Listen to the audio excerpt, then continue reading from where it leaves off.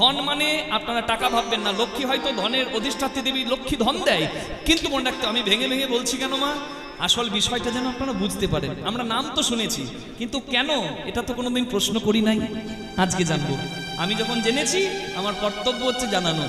তাই আপনারা যারা আছেন আপনাদেরকে বলি, ধন বলতে আমরা মনে করি যে টাকা পয়সা আর ঐশ্বর্য, কিন্তু মনে রাখবেন স্বাস্থ্যের থেকে বড় ধন নাই। সব থেকে বড় ধন কি? এই মন্দির। এই মন্দির ঠিক থাকলে সব ভালো। কারণ যদি রোগ ধরে যায়, সে তার ব্যাংক ব্যালেন্সের কথা চিন্তা করে না, সে তার আজকে কত টাকা ইনকাম হচ্ছে সে দেখে না, সে চিন্তা করে আমার রোগটা কি করে ভালো হবে। শুধু রোগের চিন্তা। একবার রোগে পড়ে দেখুন, রোগের চিন্তা ছাড়া আর কিছু চিন্তা আসবে না। তাহলে এইটা কত বড় মন্দির।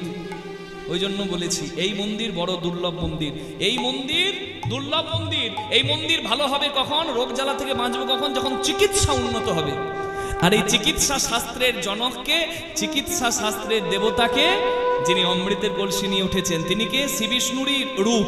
রূপটার নাম ধন্বন্তরী, যার থেকে আয়ুর্বেদ শাস্ত্রের সৃষ্টি। এই যে গাছের শিকড় বাকড় নিয়ে নানা ওষুধ তৈরি হয়,